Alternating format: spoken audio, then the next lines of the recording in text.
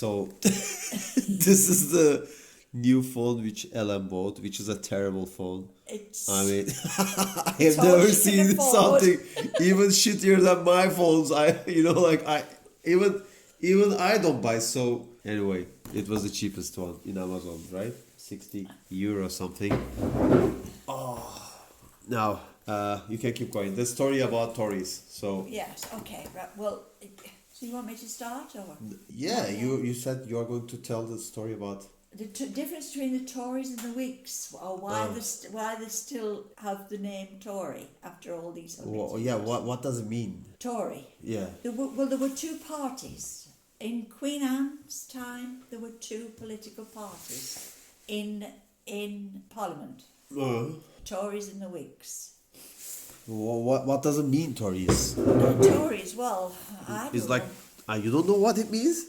Well, that's just what they called themselves. That's just. Come on.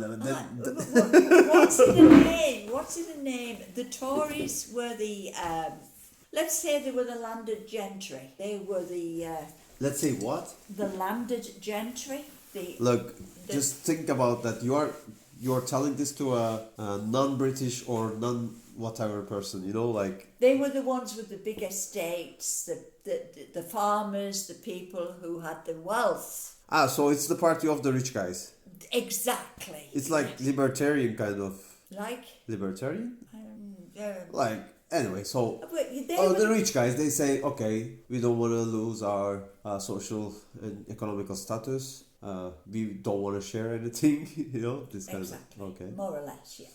I mean, there were one or two good Tories who did bring about certain advantages, certain things, like Sir Robert Peel. He was a Prime Minister, which you can Google, you can find out about him. There were quite a few, but opposing the Tories were the Whigs. Now, they seem to take it in turns to be in power, okay? Now, the Whigs... What does it mean, Whigs? I don't know. Come on. I don't know.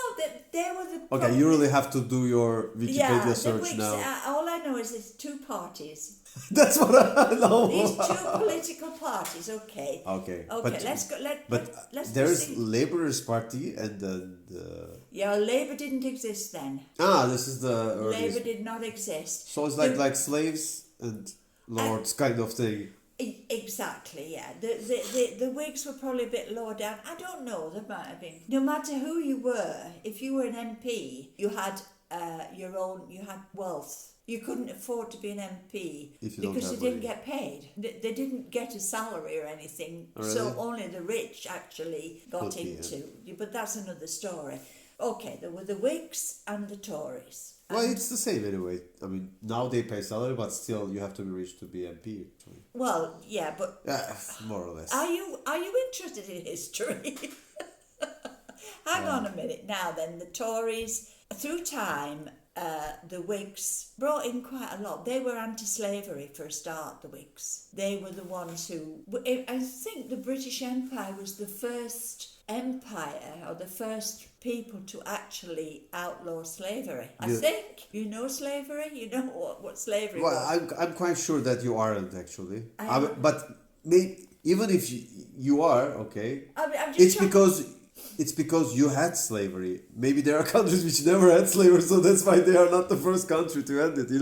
Oh well, no. I mean, like you say, but I don't think because all the economics of the imperialism, colonialism are based on slavery. So the economics, Holland and UK, like they are the pioneers of slavery. So I mean. Like you are the first one among which countries? Not all countries. Let's say among 3 countries, maybe you are the first kind of thing. The Whigs were instrumental in outlawing slavery. Which year? The Whigs. The party Whigs. Which year? 1800. It was. I don't know. 10 years ago. I would have to, no. I'm trying to explain to you. This is rubbish. No, the Whigs were more for, what's the word? Looking after the social welfare. Social justice. People. Yes, they were more for. They were poor, and that's why they the Whigs weren't poor. The Whigs weren't poor. They weren't poor. No, they weren't poor. Don't forget, they were. They were middle class. Yeah, probably higher middle class. There might even have been some aristocrats in with the Whigs. I don't know. I'd have to go into that. But the point But is, you say they become MP after election, or how? Tory? There was an already election. Like, we are talking, which year are we talking You're about? talking about the years. Well, Queen Anne saw the emergence. What's Queen Anne? Queen Anne was Queen Anne. Queen Anne. A queen which is She was her the name. last- Her name was Anne.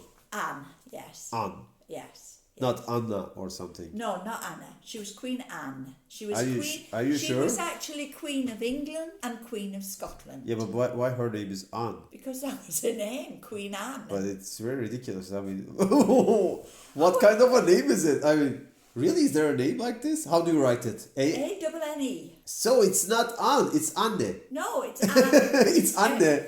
Okay, I got it. Okay. Her name is Anne, but you say Anne. Okay. Yeah. Okay. You just I am so losing- lazy. I'm You just don't losing read the this half of lady. it. You just read the first half of the name. Okay, anyway. Okay. What were we talking about? Honestly. Queen Anne, okay. No, I'm trying to explain the difference between the Whigs and the Tories and why the Tories still retain the name Tory after all these years. The Whigs eventually evolved into the Liberals, the Liberal Party. That happened in Queen Victoria's days. You've heard of Queen Victoria?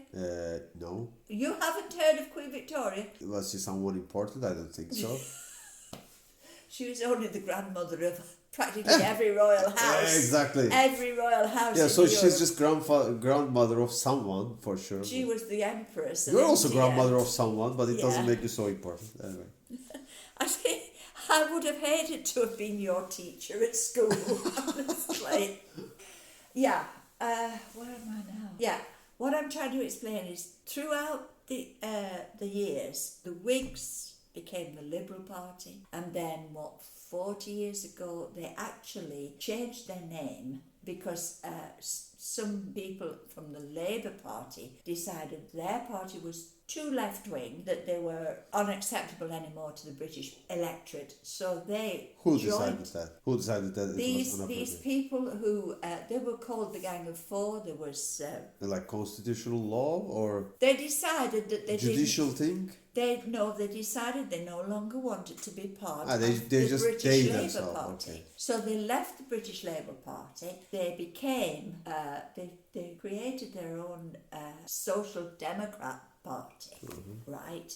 And eventually they decided that they would amalgamate with the Liberals. Majority of them did, not all of them, but they would amalgamate with or join up with the Liberals, and they became the Liberal Democrat Party, which is the party that's here now. That their foundation was the Whigs. Now throughout a couple of hundred years they've become Liberal Democrats. Now the Tories, again, they were Tories way back in Queen Anne or Annie's day, and they're still referred to as the Tories, and they were the ones that didn't want to abolish slavery because they were making their lots of money out of it. They didn't want... Why would they? Of course, I wouldn't drop it neither. I mean, imagine you have so they- many they slaves. were Why would you liberate them? Exactly.